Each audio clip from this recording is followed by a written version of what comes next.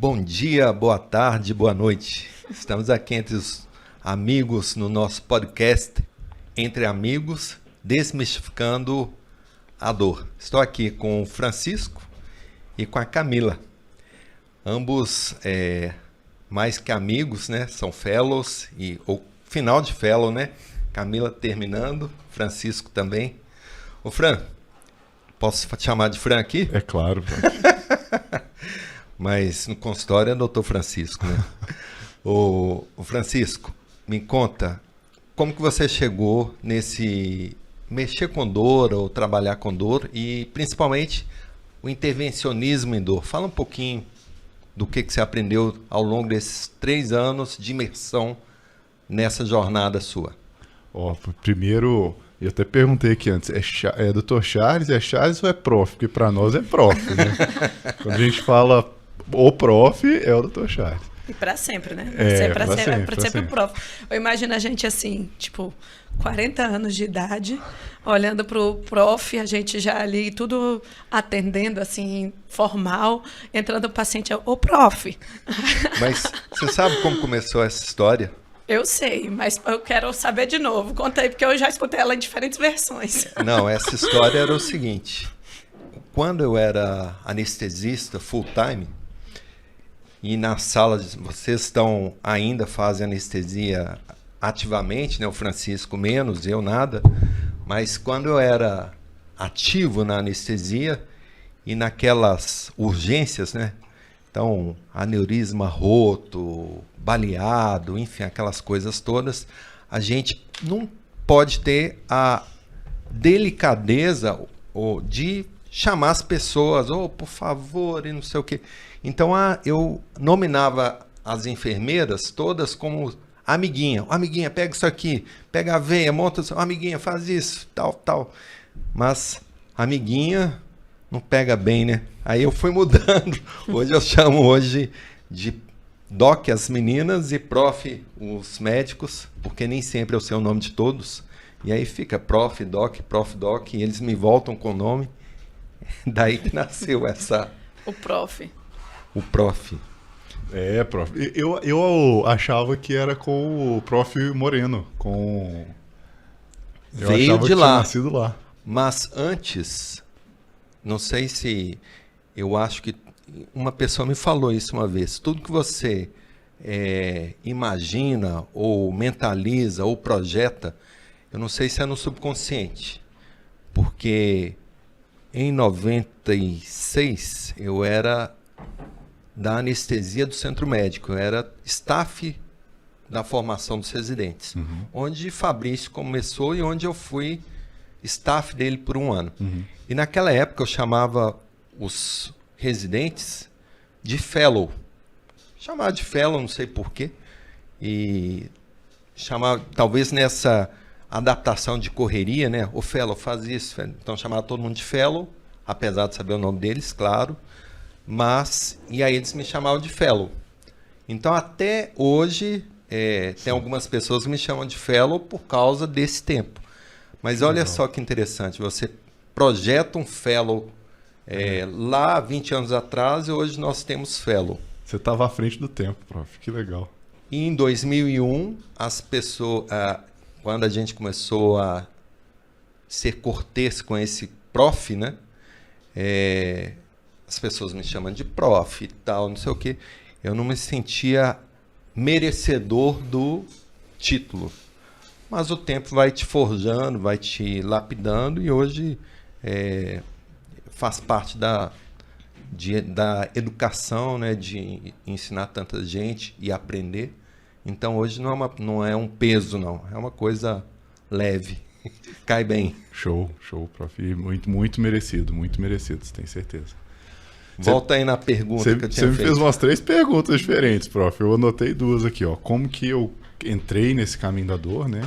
E o que eu aprendi nesse caminho? O que eu poderia destacar, né? Porque eu acho que não dá pra gente falar de tudo. Mas como que eu conheci, pra mim, na verdade, foi uma sorte. Foi o fato de ser primo do Fabrício, né?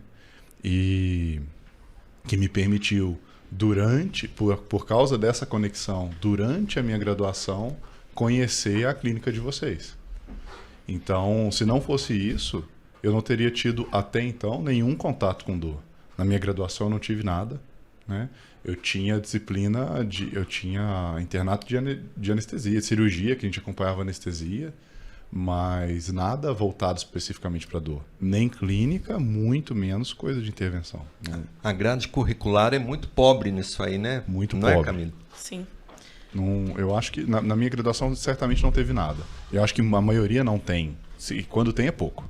E é exatamente isso que impacta tanto, né? Tipo, hoje, no geral, a dor crônica, ela é... Os pacientes sempre reclamam isso com a gente, né? Nos consultórios. Em relação, assim...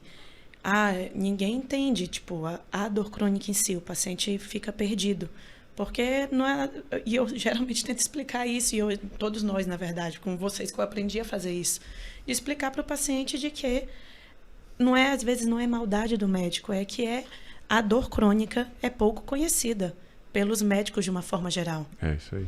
E o importante é que a dor, ela é um sintoma até um tempo. Depois de um tempo, ela passa a ser o problema por si só. Problema por si só, né? E por isso que a gente está aqui, né? E às vezes melhorar isso aí. Quando a gente consegue falar isso para o paciente, já é uma mudança de paradigma para o paciente, né, prof? Essa semana eu atendi uma paciente que a consulta foi toda isso, na verdade. Foi explicar para ela que ela estava passando por um processo biológico, por um processo físico, biológico, que não era da cabeça dela, que não era na cabeça dela no sentido de psicológico, né? De mal adaptação à dor. E que aí ela estava tendo um problema de dor crônica.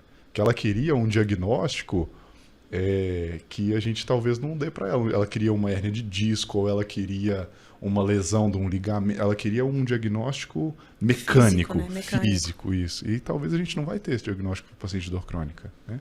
Muitas vezes a gente tem, outras vezes a gente não tem. Mesmo assim a gente consegue cuidar do paciente, né? Mas aí, prof, eu conheci por causa disso. Pelas suas visitas aqui, e através do Fabrício. Desde o meio da graduação, eu vinha para Campinas. Eu não sei se você se lembra. Eu me lembro muito bem um dia no carro, você falando assim que anestesia é muito bacana, mas que depois de 5 anos de anestesia é tudo muito parecido. É verdade. E que na dor não é assim, né? E que na dor cada paciente é um desafio novo, e é mesmo. Mas isso me abriu a cabeça, isso me mostrou que esse cenário existia. E eu continuei com a graduação, eu sempre fui apaixonado com esporte, e com biomecânica e com tudo, e aí eu falei que vou fazer residência de ortopedia. Aí comecei residência de ortopedia para quebrar a cara, porque não era aquilo que eu queria. E não é falar mal de residência de ortopedia, e nem da especialidade de jeito nenhum. É o perfil, né? É uma especialidade cirúrgica. Sim. E não era isso que eu estava buscando, né? E então eu deixei a ortopedia e fui fazer anestesia.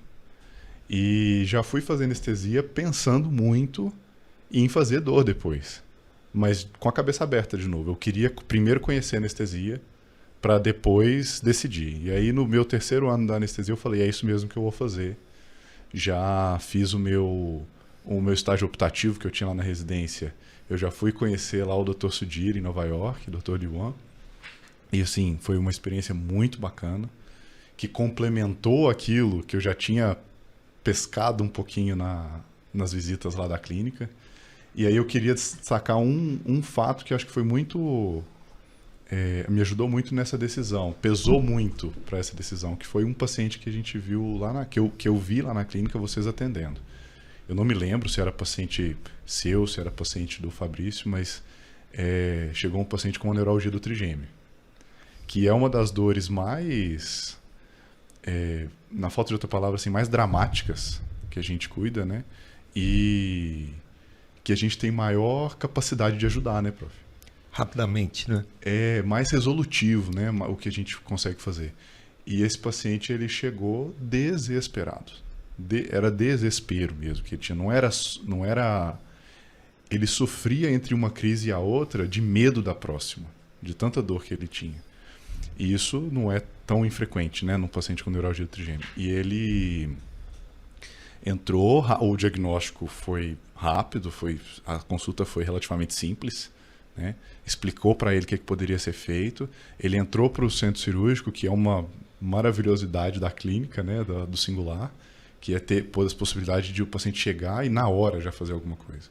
Ele foi lá para dentro, começou uma sedação, fez uma radiofrequência. A hora que o paciente acordou, ele estava sem dor. E ele chorava de emoção, de perceber que tinha resolvido. Estava anestesiado o rosto, ele percebeu que não ia vir outra crise, né? Então, isso me marcou muito, sabe? Eu arrepio de lembrar, de verdade. E isso falou, cara, é muito bonito esse trabalho, né? E é claro que eu estou dando um exemplo da neurologia trigêmea, mas não é só isso, né? E aí, aos pouquinhos, a gente vai conhecendo o quanto mais amplo essa especialidade é. E com tudo isso, falei, cara, o meu caminho é esse e eu quero fazer a melhor formação que eu tiver à disposição. E eu ouvi do Sudir, lá em Nova York, ele sempre me apresentava para todo mundo que a gente ia encontrar lá, ele falava assim, esse aqui é o Francisco, ele vai fazer o fellow num dos melhores programas do mundo lá no Brasil. Então, tenho certeza que eu entrei num lugar que a gente estava bebendo conhecimento, acho que a Camila pensa parecido comigo, assim, bebendo conhecimento da fonte, né? Que vocês tiveram que buscar em um monte de lugares diferentes. Vocês tiveram que...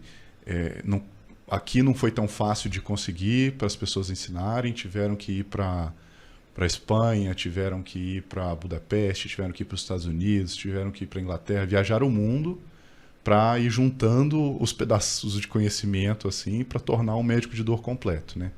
E a gente teve a possibilidade de ter água da fonte, assim, de conseguir tudo isso de vocês e ainda mais mantendo esse contato com toda essa rede que vocês criaram, né? Que passou de certa forma, ser nossa também. Claro. Né? É claro que, assim... Os networking são de todo mundo. O importante é falar inglês, né? É fundamental. O inglês é fundamental. Fazer o fellow tem que falar inglês, porque senão... Faz até parte da entrevista, sabe? No dia da minha entrevista, foi o dia que eu voltei com a minha aula particular de inglês. É mesmo? Foi o dia que eu liguei para o meu professor. Não, vamos voltar com a aula particular aqui, que ele... Camila, você que... queria que você falasse, você teve a experiência de 1 ano na Unifesp, que é na Escola Paulista, é um serviço federal, público, não é? Um SUS, e teve 2 anos aqui no Singular. O que diferencia um e outro? O que é o ponto forte de um, ponto forte do outro, em relação ao fellow? Olha, a Unifesp é um dos maiores serviços, né, lá de São Paulo. Lá em São Paulo a gente vai ter USP e Unifesp pesando como os grandes hospitais e escolas, né? Então a Unifesp foi uma primeira formação incrível para mim.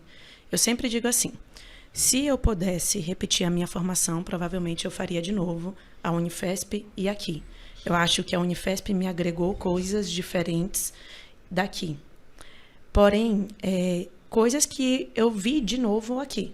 A Unifesp, ela me ofereceu muito no sentido de abordagem clínica do paciente e muito de medicina regenerativa. Lá, autonomia também, né? E autonomia. Lá, a nossa maior limitação é em relação a ser um serviço público. Até acesso à tecnologia. Acesso às tecnologias, exatamente.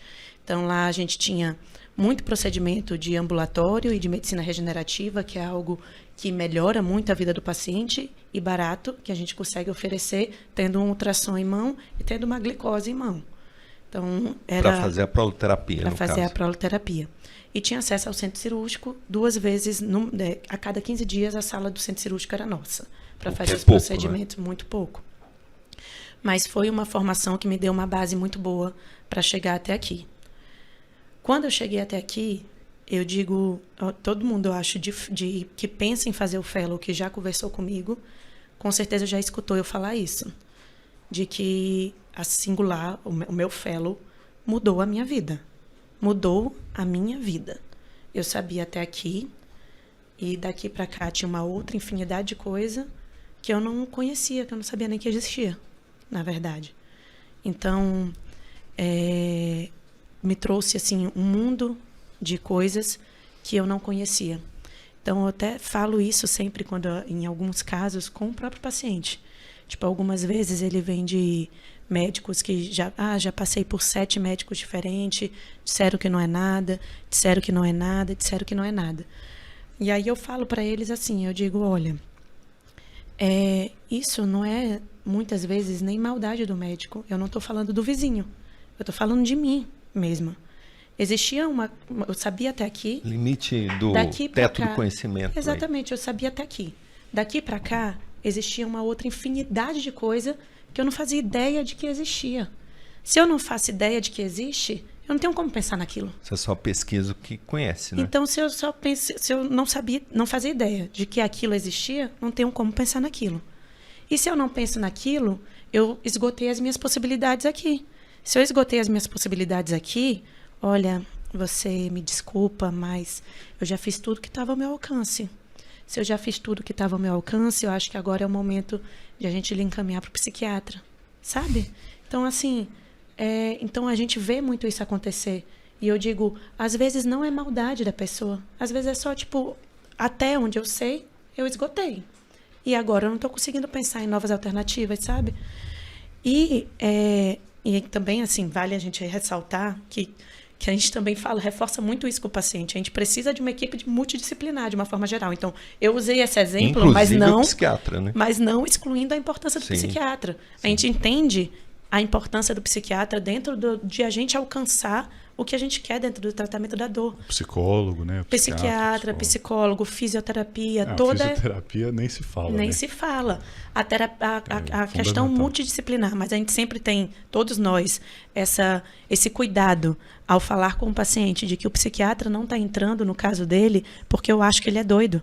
Não está entrando no caso dele porque eu acho que a dor dele é psicológica. Ele está entrando no caso dele porque as vias se somam. Eu não consigo melhorar fisiologicamente a questão da dor do meu paciente, porque as vias são interligadas. A via que transmite a dor, junto com a via que transmite a questão do humor mesmo, da depressão, uma via facilitando a outra, uma via dificultando a outra. Então, é um tratamento multidisciplinar, além do que a dor crônica leva a uma depressão também. Então, isso entra dentro de uma outra questão que eu acho que é importantíssimo. Tipo, no momento que um paciente, um médico pensa, quero fazer intervenção em dor, procedimento, quero fazer procedimento. Não dá. É o seguinte, você gosta de consultório? Você gosta de conversar com o paciente? Porque você não vai chegar lá e colocar a agulha no local. Às vezes a agulha vai ser o que menos vai ajudar o paciente. Às vezes o que vai ajudar mais o paciente é aquela hora que você passou conversando com ele, entendendo o contexto dele. E às vezes você vai deixar de indicar aquela agulha, aquele procedimento, justamente porque você entendeu que o contexto do paciente, nesse momento, não vai dar. E às vezes o caminho para a gente ajudar o paciente é longo, né? É longo. E assim, conseguir a confiança do paciente é fundamental para o paciente, quando isso é preciso, passar por um bloqueio sem ter resultados muito bons, passar por um outro. Então, assim, esse processo de bloqueios diagnósticos que às vezes a gente precisa fazer, né? De às vezes fazer algum tipo de tratamento, tipo uma radiofrequência pulsada, que demora algumas semanas para a gente ter resultado. Precisa ter confiança do paciente. E para a gente ter confiança do paciente, a gente tem que ter empatia, o paciente tem que reconhecer que a gente está reconhecendo as queixas dele, reconhecendo o problema dele, né? E a maioria dos pacientes que chegam para a gente, parece que a maior frustração dele com os outros médicos que ele já passou é de não ter isso, né? De não ter esse reconhecimento, tudo. Mas eu concordo com você, eu acho que isso é uma questão da formação. A gente, às vezes, chega no nosso limite, não sabe mais o que fazer e tem muita dificuldade de falar assim, agora eu preciso de ajuda, ou nem sabe a quem recomendar que o paciente vá. Você sabe uma coisa que enche de orgulho, assim, pelo menos a mim, eu acho que Fabrício, provavelmente a mesma coisa. Digamos que a gente já tenha tido 15 fellows, eu não tenho assim na minha cabeça, desde 2009, quando a Karina Sub foi a primeira, passaram aí 15. E vários, digamos que metade, como a Camila, foram oriundas ou oriundo de um outro serviço de intervenção, que fizeram um ano regular e depois, não, está faltando alguma coisa. E nenhum dos nossos que vieram na primeira residência, no primeiro fellow aqui, nenhum foi fazer uma imersão de 1 ano ou 2 em um outro serviço. Então, assim, é uma satisfação. Isso nos agrada. Não, sinal que a gente está no caminho. Tem uma coisa que o senhor sempre fala e a gente concorda completamente. 1 ano de fellow equivale a 5 anos de vida. Assim, em 1 ano de fellow, a gente acorda e vai dormir todos os dias da vida fazendo isso. A gente está imerso dentro de um ambiente escolar, de pós-graduação, que nos força a entregar o nosso melhor o tempo inteiro. Então, não tem como não aprender muito disso, sabe? E quando você convive com pessoas excepcionais, você quer entregar o seu melhor. Você quer chegar no outro dia. Eu cheguei várias vezes em casa, assim, de vi aquele caso hoje. Não, hoje eu vou estudar isso quando eu chegar. O dia inteiro. Vou estudar isso quando eu chegar, porque amanhã eu quero perguntar isso para o Charles. Amanhã eu quero perguntar isso para o Fabrício. Então, assim, amanhã eu quero estar preparado para conversar sobre isso. Amanhã eu quero estar preparado para aproveitar a oportunidade que eu tenho. Para aproveitar a oportunidade que eu tenho de poder sugar dos melhores do mundo. É isso aí. Teve uma conversa minha com a Andrea uma vez. Eu saí para almoçar com a Andrea Trescot. Só eu e ela, esperando vocês virem do curso. Aí eu falei, doutora, posso fazer umas perguntas pessoais para a senhora? Aí ela falou, pode. Aí eu perguntei, doutora, a gente sabe que no ambiente em que a gente vive, ser mulher e ser médica de dor, de excelência. Falando só para quem não conhece, a doutora Andréa hoje tem 65 anos, por aí. E eu a conheci quando ela tinha 40, então tem 25 anos, mais ou menos, aí. Eu vinha, na verdade, essa conversa surgiu da ideia de assim, a gente tinha acabado de abrir o curso do Paymaster, que até o ano passado era o cursão. A gente tinha acabado de abrir, ela estava vindo para a abertura desse módulo. E vocês tinham feito o prêmio Andrea Trescot, né? Que vai ser entregue agora. Sim. Então, tinham feito o prêmio Andrea Trescot. Quem ganhou esse? Ainda não sabemos. Querendo saber. Tinha feito esse prêmio. E aí, vocês estavam lá na frente, o senhor e o Fabrício, homenageando a Andrea, a sala lotada, assim, 40 alunos, 45 alunos, muita gente na pós-graduação, e vocês agradecendo a Andrea por vocês estarem aqui hoje, da importância que ela teve em vocês seguirem pela intervenção. Aí eu fiquei olhando aquilo e eu fiquei pensando, meu Deus, se eu olho o Charles e o Fabrício, que eu não consigo imaginar o quanto de vida eles já mudaram, porque olha essa sala lotada. Cada pessoa dessa aqui vai sair tratando outras pessoas. É um multiplicador, né? Então, é um multiplicador. Se eu penso para a minha vida isso, eu penso, meu Deus, é o tanto que eles impactaram na minha vida, na minha forma de tratar o meu paciente com dor, quando eu saí daqui. Aí, eu olhando aquela sala lotada e vocês agradecendo a Andrea, porque vocês estavam aqui muito também por conta dela. Eu fiquei, gente, é uma coisa assim, uma reação em cadeia, e a minha conversa surgiu disso. Eu fiquei, meu Deus, já pensou o tanto de vida que essa mulher já mudou? Porque olha o tanto de vida que eles já mudaram ao ensinar o que eles sabem. Aí eu perguntei, doutora, e aí para estar dentro do cenário de dor, a gente sabe que é difícil, e no seu tempo, no tempo em que você começou isso, mais difícil ainda. Como é que você conciliou isso de vida pessoal, vida profissional, tem alguma coisa que você faria diferente se você tivesse voltado atrás? Você sempre sacrifica algum lado, né? Para chegar nesse nível de excelência, né? Porque eu percebo, tipo, da gente, sabe? Nisso a gente tinha acabado de vir, eu e o Fran, de uma conversa que eu falei assim, Fran, a nossa busca pela excelência, a nossa vontade de ser melhor a cada dia, e esse monte de curso de pós-graduação, e a gente querendo montar a melhor aula para aquele curso, querendo entregar o nosso melhor pro curso e para vocês. Quando a gente vira uma questão assim, a gente vê a Simpem como algo nosso, assim, de que a gente quer entregar o nosso melhor para aquilo, a gente quer que aqueles alunos aprendam bem aquilo. Então, e eu e o Fran tinha acabado de ver de uma conversa dessa em Palmas, quando estava eu e ele lá. Falei, Fran, a gente chega um momento que a gente precisa também pesar um pouco, assim, de tipo, eu preciso ter a minha vida pessoal também. Porque senão a gente vira uma bola de neve que você só está querendo buscar o melhor, e a gente também precisa cuidar um pouco da gente para que a gente consiga entregar o nosso melhor também. E aí eu vinha dessa conversa com a Andréia. E aí a Andréia tal, aí daqui a pouco ela virou para mim e falou assim, respondeu algumas coisas que eu perguntei e falou assim, mas eu quero que nós vivemos em épocas diferentes. Eu, no meu tempo, para conseguir colocar a dor, inclusive, como uma especialidade mesmo, sabe? A intervenção em dor como uma especialidade, que era algo muito novo.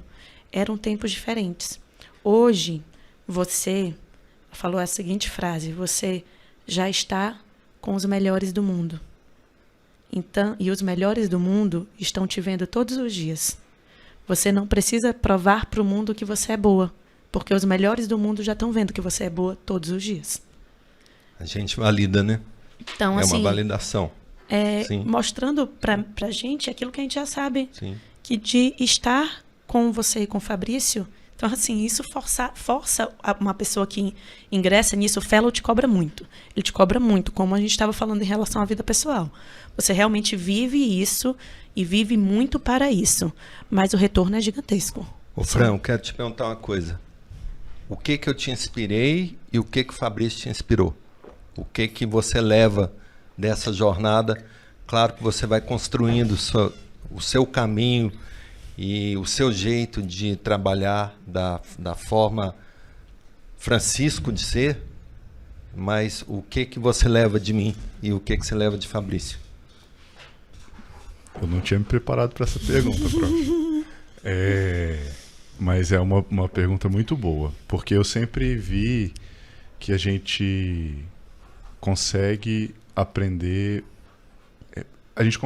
o cuidado da dor com os dois. A gente consegue aprender sobre os procedimentos com os dois. Mas vocês têm formas, acho que até uma questão bem pessoal mesmo, de abordar o paciente, de lidar com a rotina, com o dia a dia muito diferentes. Então acho que a gente consegue tentar aprender com cada um o melhor, sabe? Isso é uma coisa que o Fabrício fala bastante e que eu acho que é verdade. Assim, a gente tem que tirar o melhor de cada um e tentar aprender o melhor, porque a gente aprende coisa ruim também, né? A gente pega manias assim, né, e tudo, mas a gente tem que tentar aprender aquilo que a gente admira, que a gente vê de melhor em cada um. E uma coisa que me chamava muito atenção, que me chama atenção até hoje do Fabrício, é que tinha hora que eu falava, gente, mas como?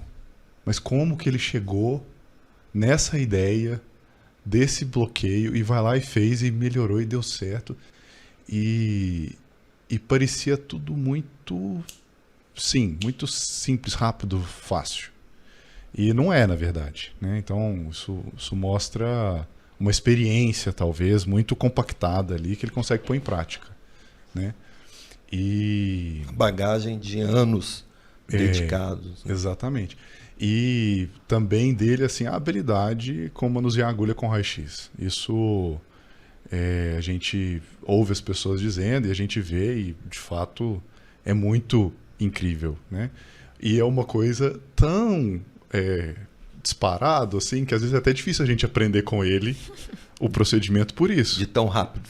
Porque é muito rápido e, às vezes, assim, ele vai lá e vai fazer. E a gente tem que estar atento, tem que estar correndo atrás para conseguir acompanhar e entender o que está acontecendo. Senão, passou e pronto, já foi. Mas até isso, se a gente souber aproveitar, se torna uma oportunidade, eu acho. Sim. Até isso.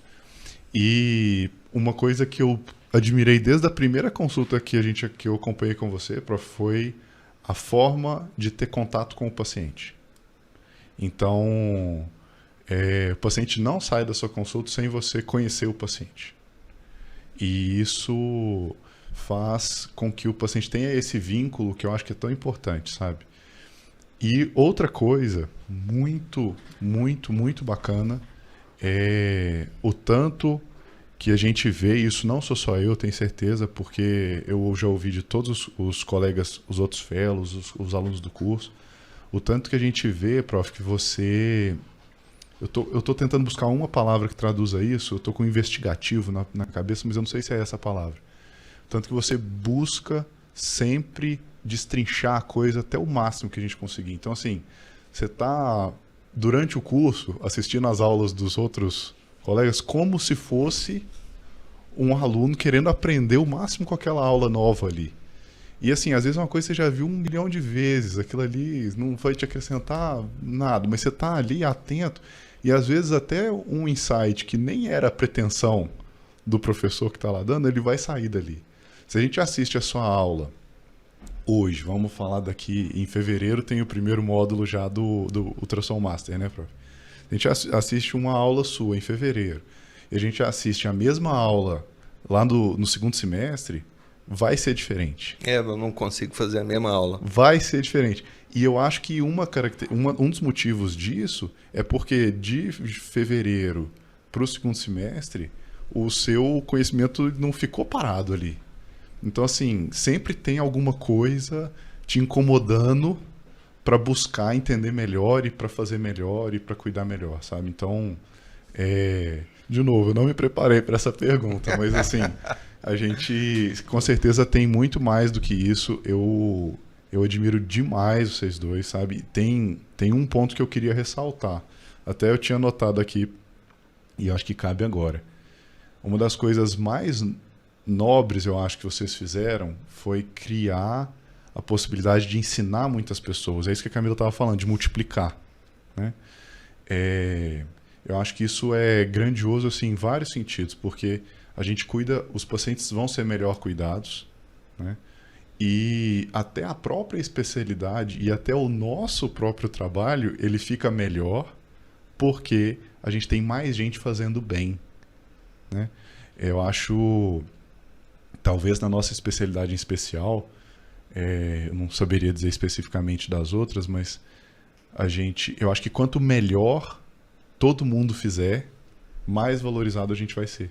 E não o contrário.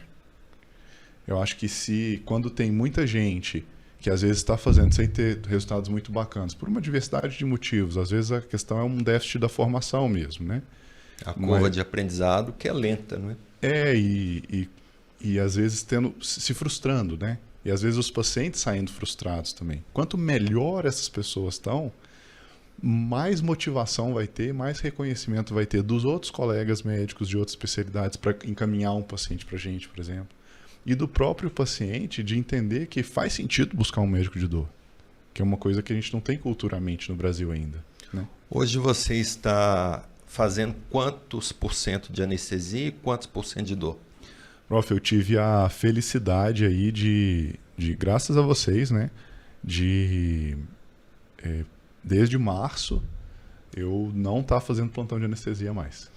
E essa transição, como é? Qual que é seu conselho para quem está querendo fazer essa transição? Eu acho que cada um tem um caminho muito particular, de verdade. Acho que é difícil dar uma regra geral, assim. Mas para quem faz anestesia, eu acho que é difícil manter no longo prazo os dois. Acho que uma coisa tira o foco da outra. É possível, mas acho que uma coisa tira o foco da outra. Então acho que tem que buscar... Porque são duas áreas enormes, né? Exatamente. De conhecimento, de de inovação, né? É isso aí. Eu acho que tem que ter um foco. E tem que buscar isso no médio prazo, já tentar fazer essa não muito longo prazo, assim, às vezes poucos anos, e não uma década, né? Tentar fazer essa transição. E para fazer isso, eu tive muita sorte aqui de estar entre vocês. Eu entrei para o Fellow... E estar ocupado, né? Para mergulhar de cabeça, assim. Sim. Cara, isso aqui é o momento de eu aprender e de eu fazer o máximo. Então, esse é um momento que eu não me preocupei em acumular nada, né? É um momento em que só a conhecimento. minha preocupação era... Exatamente. A minha preocupação era pagar as contas e aprender. Então, assim, pagar as contas porque tem que pagar, né? Eu não tinha nenhum tipo de reserva nem nada. Quem tem, às vezes, tem até a felicidade de poder fazer isso até mais fácil. Então, era mergulhar de cabeça, extrair o máximo disso. E agora, eu tô voltando lá para a minha cidade, que é Uberlândia, com propostas muito bacanas. E é fruto disso. É fruto de ter estado entre os melhores do mundo. É fruto de ter aprendido muito, de ter tido essa imersão de verdade, para poder chegar lá e começar a atender com tranquilidade, poder chegar lá com propostas de colegas para a gente trabalhar junto e com a possibilidade da gente começar. Vai ser devagar no começo? Provavelmente vai ser. Qual que é a inovação que você está levando para lá? Você fala de que não tem lá ainda? Conhecendo o mercado, o pouco que você conhece, ou muito, né? Não sei. Eu tenho uma impressão muito de fora, sabe, prof? Então, assim, eu sei, por exemplo, que a gente tem uma colega lá que fez o curso com a gente, né? Antes de eu começar o Fellow, ela fez o curso, que é a Simone Martinelli. Ela é uma colega de Uberaba. Ela é de Uberlândia, Sim. Ela é ortopedista, cirurgiã de coluna, sim. E ela faz bastante coisa. Sim. Ela conseguiu extrair bastante coisa do curso. E eu posso estar redondamente enganado, mas pela forma que eu vejo de fora, o foco dela ainda é a ortopedia, a cirurgia de coluna, né? Então, eu acho que ter alguém com foco nisso é outra perspectiva. Isso eu acho que é um diferencial. A gente tem um colega lá que é anestesista. A gente tem alguns colegas anestesistas que fizeram alguma formação em dor. Alguns uma formação mais extensa, outros uma formação mais enxuta. A maioria com foco em clínica e não intervenção, né? Que, de novo, não tem intervenção sem clínica, né? Mas eu acho que só clínica para a gente cuidar do paciente é frustrante. Assim, é uma sensação pessoal. Eu acho que na maioria dos casos, se a gente tem a intervenção, a gente dá um salto no que a gente consegue fazer com o paciente, né? Acho que a minha opinião em relação ao atendimento do anestesista que faz anestesia, ainda faz ou faz a maior parte do tempo, falando da minha experiência, né? É que você dedica o pior horário do dia para atender o paciente com dor. Você já está cansado. E esse paciente com dor, ele demanda muita energia nossa, né? Muita atenção. Então, eu atendia no final da tarde, pós-plantão, e isso não é... Então, quando você faz essa transição e você veste a roupa do médico de dor, você dedica um tempo de melhor qualidade para o paciente. Então, eu tentando responder objetivamente a pergunta, o que eu acho que eu vou levar de diferencial? A formação, né? Tem colegas bem formados, claro que tem, mas esses 3 anos de imersão aqui junto com vocês é uma formação diferenciada mesmo. Não tem, é difícil de comparar, eu acho. E a questão de estar da proposta de ser médico de dor. Ponto. Isso também é como você acabou de colocar, prof. Eu não vou dedicar o meu pior horário, né, para o atendimento do paciente com dor. Não, é o meu melhor horário. Aquilo ali é o que eu quero fazer. É ali que eu estou investindo a minha energia. E vamos lá, eu estou muito otimista. De verdade. E assim, vai ser um sucesso, eu não tenho dúvida. Deus te ouça. Mas olha, a gente vem, eu e o Francisco 3 anos aqui, eu 1 ano na Unifesp 2 aqui, de 6 anos de formação. Então, 3 anos 6 anos de residência, né? 6 anos de residência, Bela exatamente. 12 anos de formação, 6 anos na residência. E as pessoas costumam olhar e dizer assim, não, Camila, tu só pode estar doida, não é possível. Vai fazer mais um ano? Não, tá doida. Mas, assim, de verdade mesmo, eu acho a dor uma das coisas mais difíceis que eu já vi na vida. A gente está hoje com 6 anos de formação, 6 anos de residência. A gente já tem mais do que uma residência de neurocirurgia nas costas. Mas eu acho a dor uma das especiais. Eu falo isso pro meu namorado que faz neurocirurgia. Eu digo para ele, eu acho a dor uma das coisas mais difíceis que eu já vi na vida. E eu acho que talvez é isso que brilha os nossos olhos também.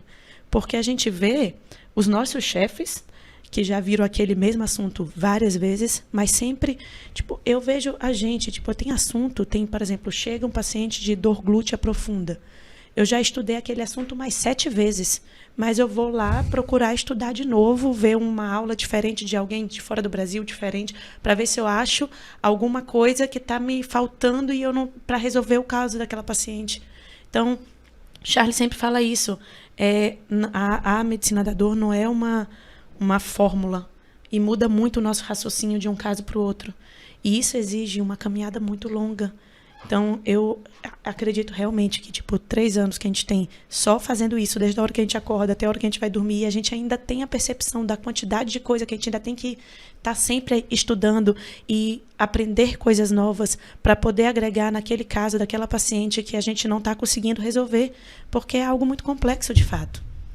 Então, assim, eu acho que a formação é um grande diferencial que você vai levar para lá, viu, doutor Francisco? Francisco, como que você controla a ansiedade sua em relação aos pacientes? Já que o paciente com dor crônica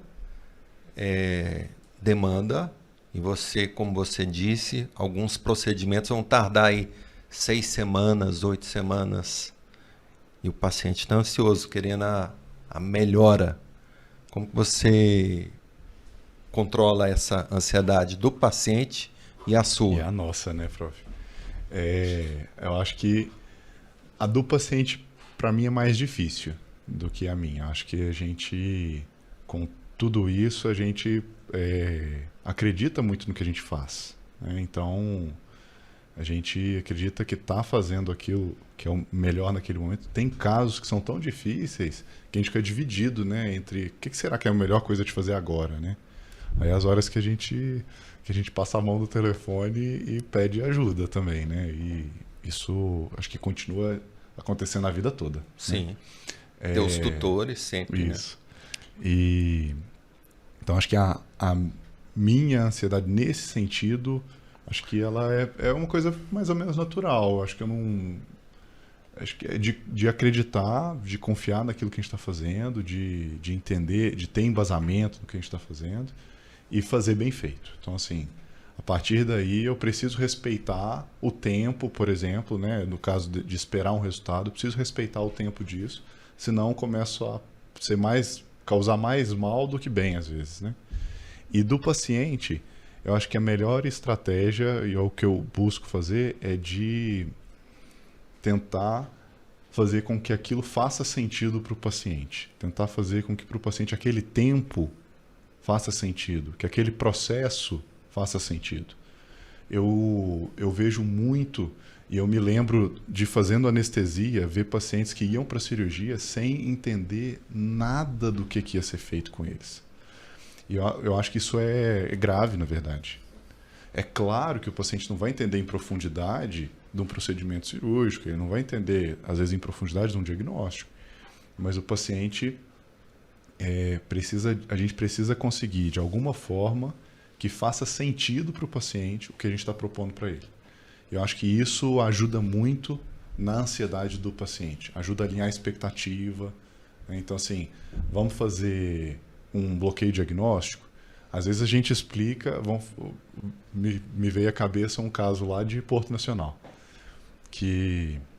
Porto Nacional, Tocantins.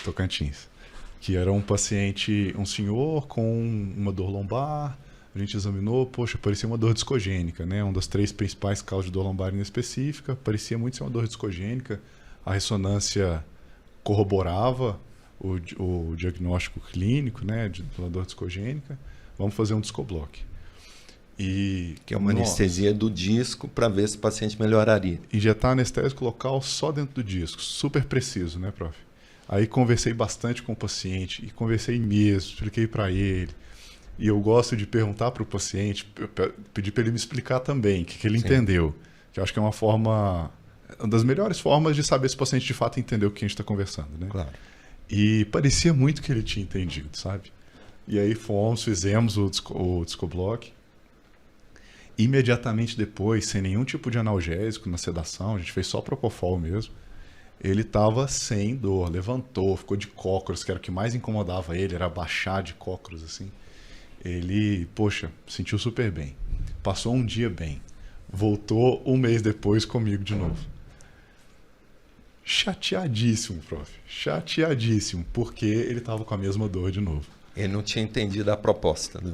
Às vezes, que no momento, né? Às vezes no momento ele até entendeu, mas aquela questão da expectativa, da esperança de ficar melhor, né? Tem muita coisa acontecendo na cabeça do paciente ao mesmo tempo, né? E essas coisas são difíceis da gente alinhar tudo. Então eu tive que ter aquela conversa toda de novo. Falamos mais uma vez sobre o que era a expectativa do primeiro procedimento e tudo. E acho que ele entendeu. A gente conseguiu depois fazer outras coisas que ajudaram ele melhor. Mas teve esse momento de chegar, eu esperar. A hora que eu vi o nome do paciente na agenda, eu falei, nossa, vai ser bacana, né? E ele chateado. A hora que ele entrou, ele estava assim, até com um semblante ruim. Assim, ele não queria muito falar comigo. E aí fomos, conversamos, reforçamos aquela relação com o paciente e tivemos uma experiência legal no final. Mas a ansiedade do paciente, o que eu busco fazer é isso, é tentar fazer com que faça sentido para o paciente aquilo que a gente está propondo. E tem frases que a gente vai ouvindo de cada um e que sempre vem na minha cabeça. O primeiro que tem que querer é o paciente, né? Então acho que isso é importante. Se não faz sentido para o paciente, não temos que ficar insistindo. Às vezes a gente pode tentar elucidar o paciente, né? Tentar explicar, o paciente entender aquela proposta, mas o paciente tem que querer mais do que o médico, né? Convencer o paciente eu acho uma coisa complicada, né? Explicar para o paciente, mostrar que aquilo pode ser benéfico, dar as propostas, né? Mas convencer parece que a gente está forçando a barra às vezes, né? Eu acho que quando a gente começa a forçar a barra para o paciente fazer alguma coisa, a gente diminui a chance de dar certo, e se não der certo, a gente diminui a chance de ter uma experiência muito ruim. Aumenta a chance de ter uma experiência muito ruim. Prof, uma última pergunta. Qual a importância da Ana Morato na sua vida? Prof, e aí ela tem que estar assistindo agora, prof. Então, a Ana Morato, outro dia eu falei com o Thiago Freitas, falei, a Ana Cláudia. Ele ficou me olhando assim, mas de quem que você está falando? Então é a Ana Cláudia Morato, ela é a mesma pessoa. Prof, ela para quem não conhece ainda, né, minha esposa, ela é, na falta de outra palavra, de novo, um anjo na minha vida, assim, de verdade. Porque desde a faculdade, ela me ajuda muito com muita coisa. Ela, pra você ter uma ideia, me ajudava a estudar às vezes, porque a gente estava junto, assim, namorando e tal, e querendo ficar junto, mas tinha que estudar. E aí ela tinha essa disposição da gente ficar junto, estudando para poder estar junto. E ela me ajudou em todos os caminhos, assim. Ela me apoiou sem ressalvas na hora de decidir mudar para Campinas. Então saímos de Uberlândia, nós dois somos de lá, saímos de Uberlândia, viemos para Campinas para fazer o fellow, né? E ela teve que abdicar de muita coisa dela por causa disso, mas sem, sabe? Ela falou, não, é esse o caminho, você precisa fazer isso, vamos fazer dar certo, e veio. E eu acho que, além de todo esse apoio, que eu poderia dar mais infinitos exemplos aqui, a gente tem uma relação muito sinérgica em termos dos trabalhos. Então, ela é educadora, ela tem uma formação em biologia, mas depois ela fez um mestrado em educação e ela se dedica a isso hoje, né? Inclusive dentro do Simpen. E ela sempre me ajudou muito nessa parte do que eu gosto de fazer, que é também de ensinar, sabe? ela... Prof, é demais, assim, eu ficaria aqui falando disso mais muito tempo. Ela me dá um apoio incondicional, admiro demais, e ela me ajuda a tirar o melhor que eu tenho em diversas situações, inclusive no trabalho. Queria passar, porque nessa trajetória sua você saiu de Uberlândia, ficou aqui 2 anos. Isso. E em fevereiro do ano passado você se mudou para São Paulo e agora retornando para Uberlândia. Mas eu queria passar um testemunho, né? Porque eu atendo uma legião de pastores aqui em Campinas. Sim. E eu sou evangélico, mas não é por isso que os pastores vêm ou não, um conta para o outro, sei lá. E eu sigo aqui a igreja do Nazareno.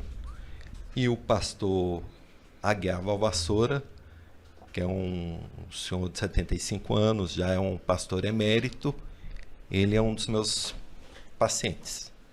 E mais amigo do que paciente, ele me adotou como filho e eu o adotei como pai, porque ele perdeu um filho que teria minha idade hoje, 51, e eu sou órfão de pai já desde os 24. Então, um dia, conversando assim com ele, ele falou assim, não, me adote como pai. E realmente ele é um conselheiro. Mas aí, nessa nossa jornada, a gente estava lá atendendo o pastor Clóvis Bertelli. E eu não sabia se ele era um cara sério ou não, enfim. Sou mineiro, né? Você é mineiro ainda, também. E você lembra aquele dia, a gente estava lá, estávamos lá, eu, o pastor Clóvis Bertelli, o pastor Isacar, que é discípulo dele, né? E a gente estava meio apurado lá e tal. E o pastor Isacar disse assim, eu posso fazer uma oração para você? Você lembra daquilo? Prof, aquele momento, às vezes a gente tem consultas muito longas, né? Sim. E essa particularmente foi muito longa, né? E eu, sendo muito honesto, de verdade, eu já estava assim, cansado. Eu também. Eu já estava querendo arrumar um jeito de amarrar as pontas e encerrar, assim. Isso. E aí... E a gente não conhecia Isacar, né? Não. Era novo ali no Ele pedaço. estava ali como discípulo, que era tratado como filho também, né? Exato, pelo pastor Clóvis. do Clóvis. Aí ele falou isso, posso fazer uma oração? Eu confesso, prof, que na hora eu falei assim, tá bom, né? Vamos lá. Mas você foi mais animado que eu, né?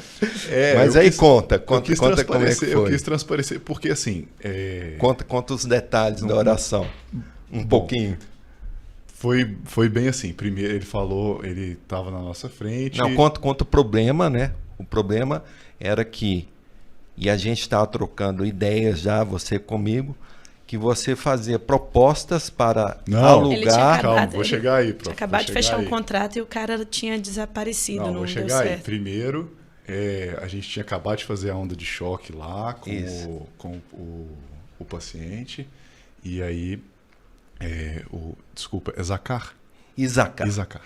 Aí o pastor Isacar, ele falou, pediu para fazer oração, e é claro, nós aceitamos, e ele falou que primeiro ia fazer oração para você. Isso. Aí ele chegou do seu lado, pôs a mão no ombro, assim, e falou várias coisas bacanas. Eu me lembro que depois você falou que elas te tocaram também, né? Mas muito subjetivas, né? Bem subjetivo. Bem aberto. Você está cansado, você precisa descansar. Mas ele falou uma coisa muito... Ele teve uma coisa que eu lembro claramente dele falando, que foi assim... Do ultrassom. Igual o ultrassom. Ele falou assim, igual esse aparelho que vocês usam aqui, que a gente tinha acabado de usar o ultrassom, igual esse aparelho que vocês usam aqui, às vezes Deus me mostra dentro das pessoas. Sim.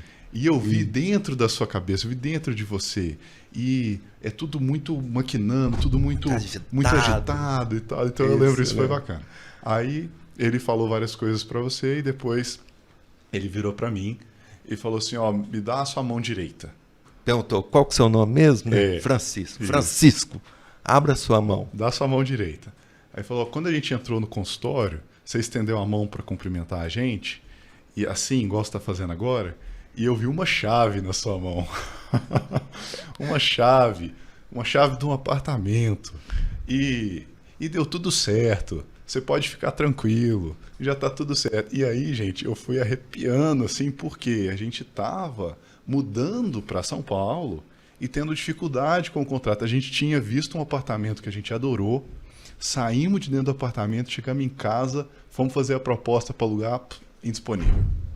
Aí, beleza. Aí procuramos mais, achamos um outro apartamento, adoramos, fizemos uma proposta, o proprietário aceitou, mandamos o documento para o contrato e o proprietário não assinava o contrato, não respondia, e aí não dava certo. Aí já estava no terceiro de querer fechar. E aí eu tinha mandado no dia os documentos para fazer o contrato. E assim, é claro que a gente não tinha falado nada disso com ninguém lá. A gente tinha conversado nós dois antes, mas muito antes do paciente chegar. E ele falou, não, a chave do apartamento... Ele falou, até amanhã o contrato está assinado. Os papéis já estão prontos. Os papéis estarão alguma coisa assim, os documentos estão prontos. Até amanhã ele falou assim. E aí, de fato, no dia seguinte... Eu já cheguei te perguntando. Falei, e aí? No dia seguinte, a gente recebeu o e-mail com a confirmação. E depois, quando eu peguei a chave do apartamento, prof, eu pus a chave na mão e tirei uma foto, que é para nunca esquecer dessa história. Manda a foto para a gente passar para cá. Vou mandar. Então, mas isso aí, teve outras revelações dele lá dentro da clínica, que ele revelou que a Ana Flávia teria um presente 7 dias depois. A Ana está grávida, né? Que é uma gravidez assim que ela nem esperava, com dificuldades físicas, né, de não poder engravidar, e ele fez essa revelação aí. Enfim, Deus aí Foi tocante esse momento aí, viu, prof? O Pedro teve uma história também lá, o Pedro que é fellow agora também teve uma história que ele falou esse foi coisas com Clóvis, foi com Clóvis. Muito particulares para ele, do momento que ele estava vivendo, assim, então... Muito, essas coisas são muito interessantes. E essa semana ele fez outras. Essa semana eu voltei assim, cara, esse cara realmente, ele não é normal. A conexão dele com Deus é diferenciada. Ele realmente traz, ele não traz coisas abertas, não. Ele traz assim, é isso e é isso. Parece que realmente, às vezes, ele está provando pra gente, assim, a gente que já tem fé. Às vezes parece que ele está falando para a gente, tipo, acredita que eu estou falando a verdade. Porque às vezes ele fecha tanto para não ficar aberto que parece que ele está te entregando, ó, é isso. Pois então, só para concluir, essa revelação que foi para você, na verdade, não foi para você, ela foi para mim. Porque quem duvidava, quem tinha dúvidas e queria alguma coisa mais sólida e palpável, Entendi. Era eu, não era você. Para você foi um negócio. Você foi um instrumento. Mas para mim foi um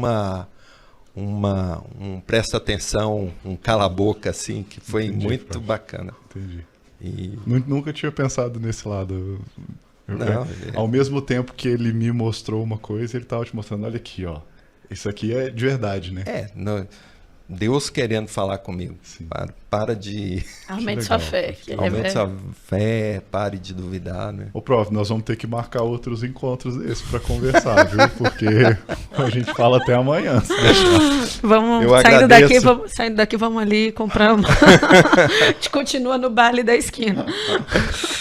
Eu agradeço aí a participação da Camila. A gente vai gravar outro. Isso aí. Obrigado, Francisco. Sucesso aí na volta. Eu é que agradeço, prof. Eu não tenho palavras de verdade para agradecer tudo que vocês me deram, assim.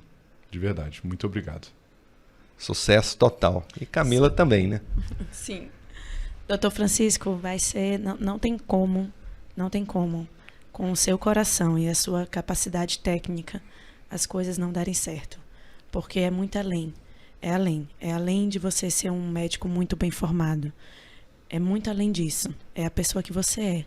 e convivendo contigo esses 2 anos, todos os dias, dentro do hospital e fora do hospital, eu posso dizer, sim, com absoluta certeza que Uberlândia tem sorte demais de estar te recebendo de volta. Os pacientes de lá têm sorte demais de estar te recebendo de volta. Gratidão, Fel.